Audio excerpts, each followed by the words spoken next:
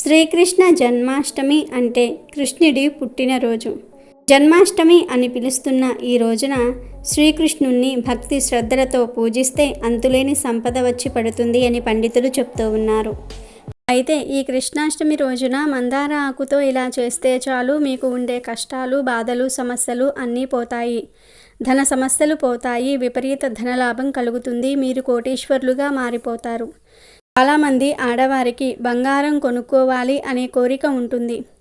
అటువంటి వారు ఈ మందార ఆకు పరిహారాన్ని చేస్తే తప్పకుండా బంగారం కొనుక్కోగలుగుతారు అని శాస్త్ర పండితులు చెప్తూ ఉన్నారు. మందార ఆకులతో ఈ పరిహారం చేయటం వలన చాలా అద్భుతమైన ఫలితాలు వస్తాయి, చాలా అనుకూలమైన ఫలితాలు వస్తాయి. చాలామంది అప్పుల బాధలతో సతమతమైపోతూ ఉంటారు, సంపాదిస్తూ ఉంటారు, కానీ ఆ సంపాదన అంతా కూడా అప్పులు తీర్చడానికే సరిపోతుంది. భవిష్యత్తు కోసం దాచుకోవడానికి ధనం ఉండదు. ఎప్పుడూ అప్పులు కడుతూ అవమానాలు పాలవుతూ ఎంతో బాధపడిపోతూ ఉంటారు. ఇలా అప్పుల సమస్యలు ఉన్నవారు, అలాగే ఏ విధమైన ధన సమస్యలు ఉన్నవారైనా సరే ఈ శ్రీకృష్ణాష్టమి రోజు మందార ఆకుతో ఈ చిన్న పరిహారం చేయండి చాలు, మీ జీవితం అద్భుతంగా మారిపోతుంది. మీకు ఉండే కష్టాలు, బాధలు, సమస్యలన్నీ కూడా తొలగిపోతాయి. అంతేకాదు బంగారం కొనుక్కునే అవకాశాలు కూడా వస్తాయి. మందార ఆకులంటే లక్ష్మీదేవికి ఎంతో ఇష్టం. కృష్ణుడికి మందార పూలతో చేసే పూజ అంటే చాలా ఇష్టం.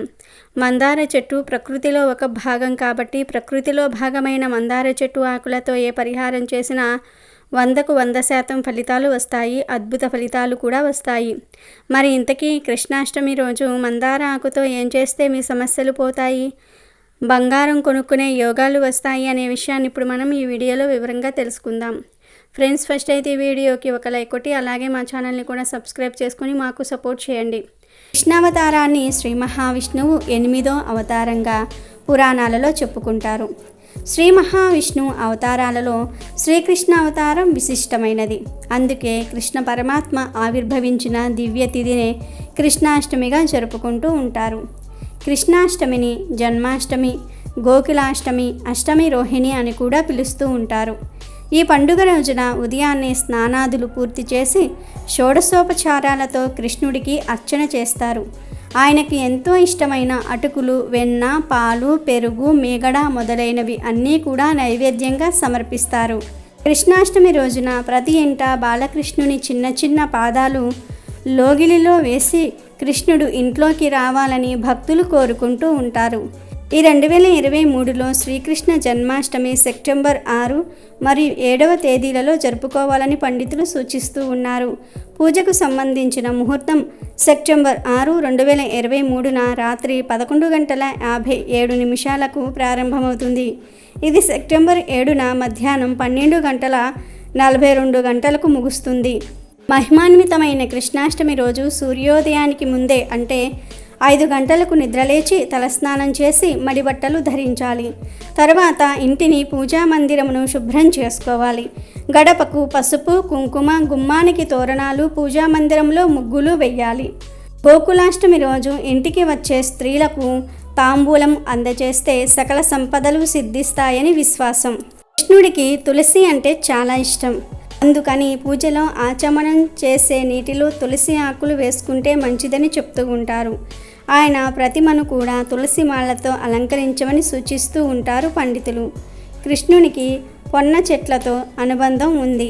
వీలైతే ఆ పొన్న పూలతో ఆయనను పూజిస్తే మంచిది. ఆయనకు ఇష్టమైన తెలుపు లేదా పసుపు రంగు పూలతో పూజించిన శుభమే. కృష్ణాష్టకం, కృష్ణ అష్టోత్తరం వంటి స్తోత్రాలను చదువుతూ పరిమళ భరితమైన పుష్పాలతో ఆయనను అర్చించాలి. కృష్ణాష్టమి రోజు పూజతో పాటుగా ఆయన స్మరణ కూడా ముఖ్యమే. ఆ గోపాలుని వైభవాన్ని తెలియజేసే భాగవతము, భగవద్గీతలను ఈరోజు ఎంతో కొంత పఠించాలి. అలా కృష్ణుని తలుస్తూ, కొలుస్తూ, భజిస్తూ కృష్ణాష్టమి రాత్రిని గడపాలి. కృష్ణుడు అర్ధరాత్రి జన్మించాడు కాబట్టి కొందరు రాత్రి వేళల్లో కృష్ణ పూజ చేస్తారు. అలా కృష్ణుని పూజించాలనుకునే ప్రదేశంలో బియ్యం పోసి దానిపైన ఒక కుండను పెడతారు. ఆ కుండ మీద కృష్ణుని ప్రతిమను ఉంచి పూజను నిర్వహిస్తారు. అర్ధరాత్రి వేళ శంఖంలో నీటిని తీసుకుని చంద్రుడికి కృష్ణుడికి ఆర్జమిస్తారు. మర్నాడు ఉదయాన్నే దగ్గరలోని వైష్ణవాలయాన్ని దర్శించి ఉపవాసాన్ని విరమిస్తారు. ఉయ్యాలలు కట్టి అందులో శ్రీకృష్ణ విగ్రహాలను పడుకోబెట్టి ఊపుతూ రకరకాల పాటలు కీర్తనలు పాడతారు. ఇలా చేసే ఆ భగవానుడి అనుగ్రహం కృప కలుగుతాయని భక్తులు నమ్ముతూ ఉంటారు. ఇక శ్రీకృష్ణుడు వెన్న కోసం ఉట్టిలోని కుండలను పగలగొట్టినట్టే కృష్ణాష్టమి నాడు భక్తులంతా ఒక చోటికి చేరి ఉట్టి కొట్టడం సాంప్రదాయంగా వస్తోంది. ఈ ఉట్టి కొట్టే వేడుకను భక్తులు ఎంతో సంబరంగా జరుపుకుంటూ ఉంటారు. అందుకే ఈ పండుగను ఉట్ల పండుగ లేదా ఉట్ల తిరునాళ్ళు అని కూడా పిలుస్తూ ఉంటారు. మరి ఎంతో ఘనంగా జరుపుకునే ఈ కృష్ణాష్టమి రోజున ఆడవారు ఏ రంగు చీర కట్టుకుంటే సకల సంపదలు వచ్చి పడతాయో తెలుసుకునే ముందు మా వీడియో నచ్చితే లైక్ చేసి షేర్ చేయండి. అలాగే మా ఛానల్ని కూడా సబ్స్క్రైబ్ చేసుకోండి. ఇక వీడియోలోకి వస్తే శ్రీకృష్ణుడికి ఎంతో ఇష్టమైన జన్మాష్టమి రోజున ఆడవారు పింక్ మరియు గ్రీన్ చీరను కట్టుకుంటే కృష్ణుడి అనుగ్రహం మీకు వెంటనే కలుగుతుంది. రంగు చీరలను కట్టుకుని శ్రీకృష్ణుని పూజించి ఆయనకు ఎంతో ఇష్టమైన పదార్థాలను నైవేద్యంగా సమర్పించాలి. పెళ్ళైన స్త్రీలు, పెళ్లి కావలసిన స్త్రీలు, సంతానం కలుగక బాధపడే స్త్రీలు అందరూ కూడా శ్రీకృష్ణ జన్మాష్టమి రోజున పింక్ లేదా గ్రీన్ కలర్ చీరను కట్టుకోవాలి అని పండితులు చెప్తూ ఉన్నారు. ఇంతటి విశిష్టత కలిగిన కృష్ణాష్టమి రోజున ఆకుపచ్చటి రంగు లేదా పింక్ కలర్లో ఉండే చీరను కట్టుకోవటం వలన, ఈ చీరను కట్టుకుని కృష్ణుణ్ణి పూజించటం వలన కృష్ణుడితో పాటు లక్ష్మీదేవి కూడా ప్రసన్నమవుతుంది. మీకు దీర్ఘ సుమంగళి యోగం సిద్ధిస్తుంది. కష్టాలన్నీ కూడా పోతాయి. ఆర్థిక సమస్యలు, ఇబ్బందులు, ఈతిబాధలన్నీ కూడా తొలగిపోతాయి. సంవత్సరం వరకు మీకు ఇక తిరుగుండదు. సంవత్సరం అంతా డబ్బు వస్తూనే ఉంటుంది. లక్ష్మీదేవి అనుగ్రహం మీపై ఎల్లప్పుడూ ఉంటుంది. అదేవిధంగా వివాహం కాని వారు, వివాహ ప్రయత్నాలు చేసేవారు ఈ శ్రీకృష్ణ జన్మాష్టమి రోజున ప్రత్యేకంగా పూజలు చేస్తే మంచి వరుడు, కోరిన వరుడు దొరుకుతాడు. మీరు ఈ ప్రత్యేకమైన రోజున గుడిలో జరిగే రుక్మిణీ కళ్యాణంలో పాలు పంచుకుంటే వివాహ యోగ్యం కలుగుతుందని పండితులు చెప్తూ ఉన్నారు. అలాగే శ్రీకృష్ణుని స్మరిస్తూ గోవులకు ఏవైనా తినిపించాలి. గోవులంటే శ్రీకృష్ణ భగవానుడికి చాలా ఇష్టం. ఈ పర్వదినాన గోవులకు ఏవైనా పెడితే కృష్ణుడి అనుగ్రహం వెనువెంటనే కలుగుతుందని పండితులు చెప్తూ ఉన్నారు. కృష్ణాష్టమి జరుపుకునే ప్రతి ఒక్కరూ కూడా ఈరోజు కృష్ణుణ్ణి ఒక ప్రత్యేక మంత్రంలో జపించాలి. ఈ మంత్రం జపించటం వల్ల మీకు ఉన్న దోషాలన్నీ కూడా తొలగిపోతాయి. ఆ మంత్రం ఏమిటి అంటే ఓం శ్రీకృష్ణ పరబ్రహ్మణ్యే నమః. ఈ మంత్రాన్ని ఈరోజు అంటే శ్రీకృష్ణాష్టమి రోజున ఎవరైతే 108 సార్లు చదువుతారో వారికి ఎటువంటి దోషాలు కలుగవు, కష్టాలనేవే ఉండవు. ఈ మంత్రం 108 సార్లు కాకపోయినా కనీసం 21 సార్లు అయినా సరే జపించాలి. వీరు లేని వారు కనీసం 21 సార్లు అయినా సరే జపించాలి. ఈ మంత్రాన్ని జపిస్తూ సువాసనను వెదజల్లే పుష్పాలతో కృష్ణ పటానికి లేదా విగ్రహానికి పూజలు చేయాలి. ఇలా చేయటం వల్ల శుభం జరుగుతుందని పండితులు చెప్తూ ఉన్నారు. కాబట్టి కృష్ణాష్టమి రోజు పిల్లలు, పెద్దలు అందరూ కూడా ఈ రంగు దుస్తులు ధరించి ఈ మంత్రాన్ని జపించి సకల సంపదలను మీ సొంతం చేసుకుని ఆనందంగా జీవించండి. ఇక కృష్ణుడి పుట్టినరోజు అయినటువంటి కృష్ణాష్టమి రోజున మందారాకుతో ఒక పరిహారం చేస్తే చాలు, మీరు కోటీశ్వరులుగా మారిపోతారు. బంగారం కొంటూనే ఉంటారు అని శాస్త్రాలు చెప్తూ ఉన్నాయి. అసలు ఏం చేయాలి అంటే ఏమీ లేదు. కృష్ణాష్టమి రోజు చక్కగా ఒక మందార ఆకును తెచ్చుకోండి. ఇంటి దగ్గర మందార చెట్టు ఉంటే ఆ చెట్టు నుండి కోసి తెచ్చుకోండి. లేదంటే ఇరిగింట్లోనో పొరిగింట్లోనో ఎవరి దగ్గర మందార చెట్టు ఉంటే ఆ చెట్టు నుండి మందార ఆకు కోసి తెచ్చుకోండి. వారిని అడిగి కోసి తెచ్చుకోండి. అంతేగాని చెప్పా పెట్టకుండా కోసేయవద్దు. మంచిగా పెద్ద సైజులో ఉండే మందార ఆకును కోసి తెచ్చుకోండి. మందార ఆకులకు మన కోరికలను తీర్చే శక్తి ఉంది కనుక ముందు మందార ఆకును కోసి తెచ్చుకోండి. తర్వాత ఈ మందార ఆకును చక్కగా ఒక రాగి ప్లేట్లో కానీ, ఒక ఇత్తడి ప్లేట్లో కానీ, వెండి ప్లేట్లో కానీ పెట్టండి. పెట్టే ముందు ఆకు మీద స్వస్తిక్ గుర్తు వేయండి. పసుపుతో స్వస్తిక్ గుర్తును వేయండి. తర్వాత కొంచెం కందిపప్పును కానీ లేదా ఎర్రపప్పును కానీ ఈ మందార ఆకు మీద వేయండి. ఆకు మీద ఎంత పప్పు పడుతుందో అంత పప్పు వేయండి చాలు. ఎందుకంటే పప్పుకు మన కోరికలను, కష్టాలను తీర్చే శక్తి ఉంది, ధనాన్ని ఆకర్షించే శక్తి ఉంది కనుక పప్పును వేయండి. ఈ పప్పును ఒక అర్ధగంట నానబెట్టి ఆ తర్వాత మందార ఆకు మీద వేయండి. ఇక చివరిలో చిటికెడు వెన్నను కూడా ఈ పప్పు మీద వేయండి. తర్వాత ఈ మందార ఆకును తీసుకుని వెళ్ళి ఇంట్లో పూజ గదిలో కృష్ణుడి ఫోటో ముందు పెట్టండి. కృష్ణుడి ఫోటో లేకపోతే విష్ణుమూర్తి ఫోటో ముందు కానీ లేదా వెంకటేశ్వర స్వామి వారి ఫోటో ముందు కానీ పెట్టండి. ఈ మందార ఆకును కృష్ణుడి ఫోటో ముందు పెట్టిన తర్వాత మీ కోరికను మనస్ఫూర్తిగా చెప్పుకోండి. స్వామి, నాకు ధన సమస్యలు ఉన్నాయి, అప్పులు ఉన్నాయి, బంగారం కొనుక్కోవాలనే కోరిక ఉంది కానీ కొనుక్కోవడానికి చేతిలో ధనం లేదు.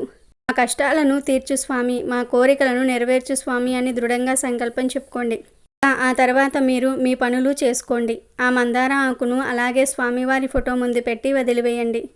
మళ్ళీ మరునాడు ఏదో ఒక సమయంలో ఈ ఆకును తీసి దానిలోని పప్పును గోవుకు కానీ పక్షులకు కానీ పెట్టేయండి. మందార ఆకును మాత్రం పారే నీటిలో పడవేయండి.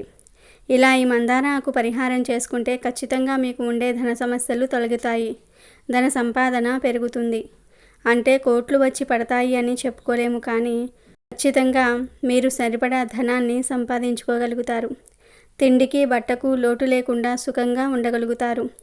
అలాగే ఆడవారు కోరుకున్నంత బంగారాన్ని కొనుక్కోగలుగుతారు. ఎందుకంటే మందార ఆకుతో ఏ పరిహారం చేసినా 100% ఫలితాలు వస్తాయి. మందార మొక్క పూలు పూస్తే చూడడానికి చాలా అందంగా ఉంటుంది. ఈ మొక్క ఎన్ని పూలు పూస్తే అంత సంపద మన ఇంట్లోకి వస్తుందని పెద్దలు చెప్తూ ఉంటారు. దేవతా పూజకు కూడా మనం మందార పువ్వులను ఉపయోగిస్తూ ఉంటాం. దేవతా వృక్షాలలో మందార చెట్టుకు ప్రత్యేకమైన స్థానం ఉంది. అన్ని కాలాలలో పూలు పూసే ఈ మందార మొక్కను ఇంట్లో పెంచుకుంటే ఇంట్లోని వారికి ధనానికి లోటు ఉండదు. ఎర్రని మందార పువ్వులను దేవతా ఆరాధనలో ఎవరైతే వినియోగిస్తారో వారి కోరికలను భగవంతుడు తప్పక నెరవేరుస్తాడని పురాణాలలో చెప్పబడింది. ఎర్ర మందారం చెట్టును ఇంట్లో పెంచి బయటకు వెళ్ళేటప్పుడు ఆ మొక్కను చూస్తూ బయటకు వెళ్ళటం వల్ల అంతా శుభమే కలుగుతుంది. చెట్టంతా పూలు పూసిన మందార చెట్టును చూస్తే మనసంతా ఎంతో ఆహ్లాదకరంగా మారుతుంది. మానసిక పరమైన దోషాలను కూడా మందార చెట్టు తొలగించేస్తుంది. ఈ మొక్కను ఇంట్లో సింహద్వారానికి కుడివైపు ఉండేలాగా పెంచుకుంటే చాలా మంచిదని పండితులు చెప్తూ ఉన్నారు. అంతేకాదు ఎర్ర మందార పువ్వును తలలో పెట్టుకోవటం వల్ల స్త్రీలు దీర్ఘ సుమంగళిగా ఉంటారని ఒక నమ్మకం కూడా ఉంది.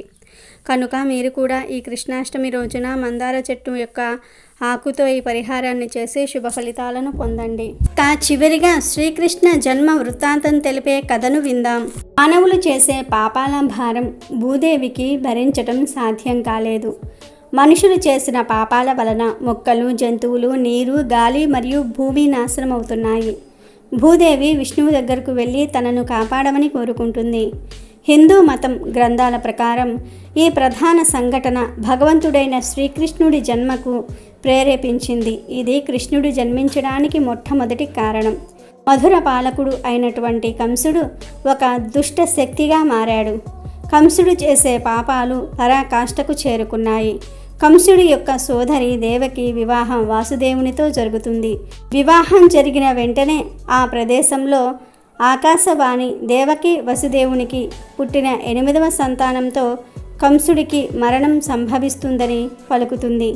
ఆ మాటలు విన్న వెంటనే కంసుడు కత్తి తీసి దేవకిని చంపడానికి వెళ్తాడు. అప్పుడు వాసుదేవుడు మరియు అతని భార్య దేవకి కంసుడితో తమకు పుట్టిన పిల్లలను అప్పగిస్తామని వాగ్దానం చేయిస్తారు. కంసుడు వారిని మధురలో చెరసాలల్లో పెట్టి బంధిస్తాడు. ఈ క్రమంలోనే వారికి సంతానం పుట్టగానే కాపలా వ్యక్తులు ఆ విషయాన్ని చేరవేయటం, కంసుడు వచ్చి వారిని చంపటం జరుగుతుంది. అయితే 8వసారి గర్భం దాల్చిన దేవకి 12 మగబిడ్డకు జన్మనిస్తుంది. అయితే ఆ సమయంలో చెరసాల తలుపులు వాటంతట అవే తెరుచుకున్నాయి. కాపలా వ్యక్తులు మత్తులోకి వెళ్ళిపోవటంతో ఆ బిడ్డను తీసుకొని వసుదేవుడు గోకులంలోని నందుని భార్య యశోధర దగ్గర వదిలి తనకు పుట్టిన సంతానం ఆడబిడ్డను తీసుకుని వచ్చి మధురలో దేవకి చెంత ఉంచుతాడు. ఈ క్రమంలోనే ఆ బిడ్డ ఏడుపుతో మెలకువలోనికి వచ్చిన కాపలా వ్యక్తులు దేవకికి 8వ సంతానంగా ఆడబిడ్డ పుట్టిందని కంసుడికి చెప్పటంతో కంసుడు ఆ బిడ్డను చంపడానికి ప్రయత్నించగా తను గాలిలోకి ఎగిరి కంసా, నిన్ను చంపేవాడు ఎక్కడో లేడు, గోకులంలో పెరుగుతున్నాడని చెప్పి మాయమవుతుంది. ఈ విధంగా కన్నయ్య ఒక రాజకుటుంబంలో జన్మించినప్పటికీ గోకులంలో గోవుల కాపరిగా పెరిగి చివరికి కంసుని సంహరిస్తాడు.